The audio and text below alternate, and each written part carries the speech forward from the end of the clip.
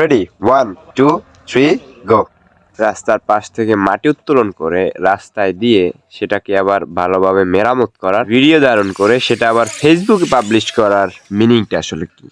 Late me know you. দীর্ঘ প্রায় গত 1 মাস ধরে আমি লক্ষ্য করছিলাম যে আমার বাড়ির সামনের একটা লেনের সাইটে রাস্তার ভিতরে অনেকখানি গর্ত হয়ে রয়েছে, যেগুলোর কারণে রাস্তার আরেক লেন থেকে গাড়িগুলো চলাচল করছে এবং সেইখানে নানান সময় অ্যাক্সিডেন্ট হওয়ার সম্ভাবনা শঙ্কা থেকে যাচ্ছে।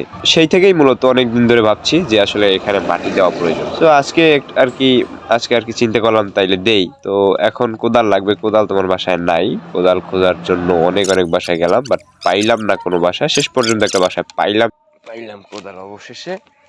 সেখান থেকে নিয়ে এরপরে মাটি কেটে আস্তে আস্তে রাস্তার মেরামত করে দিলাম আর কি। এখন অনেকে প্রশ্ন করতে পারেন, ভাই করছো এরু কাজ, এই আবার ভিডিও করে ফেসবুকে ছাড়া লাগে? এই ভিডিওটা খুবই ইম্পর্ট্যান্ট, আই থিঙ্ক এটা আমাদের সমাজে খুবই ইম্পর্ট্যান্ট পজিটিভ একটা মেসেজ সেন্ড করে।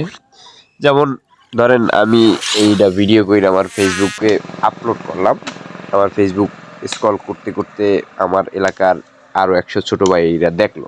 দেখার পরে 100 জনের মধ্যে থেকে 10 জনে উদ্যোগ নিয়ে তার বাড়ির সামনের রাস্তাগুলো মেরামত করলো আর করে দিল আর কি। তো কী হইলো বিষয়টা? অনেক বেশি সংস্কার হলো আমাদের সমাজের, আমাদের রাষ্ট্রের।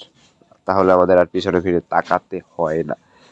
ইভেন আমি যখন কাজগুলো করতেছিলাম তখনও এই প্রশ্ন অনেকে করছে যে ভাই ভিডিও করে মনে হয় ছাড়বা, তাইলে মনে হয় তোমার আর্ন হবে। ভাই আর্ন হবে মানে আর্ন করা কি এত সোজা? যাই হোক, ঠিক আছে, আমি আমার জায়গা থেকে এগিয়ে এসেছি, নিশ্চয়ই আপনারা আপনাদের জায়গা থেকে এগিয়ে আসবেন, রাষ্ট্র মেরামতের কাজে আপনি অংশ নেবেন। ধন্যবাদ সবাইকে। এই ভাড়া দিয়ে গেলাম।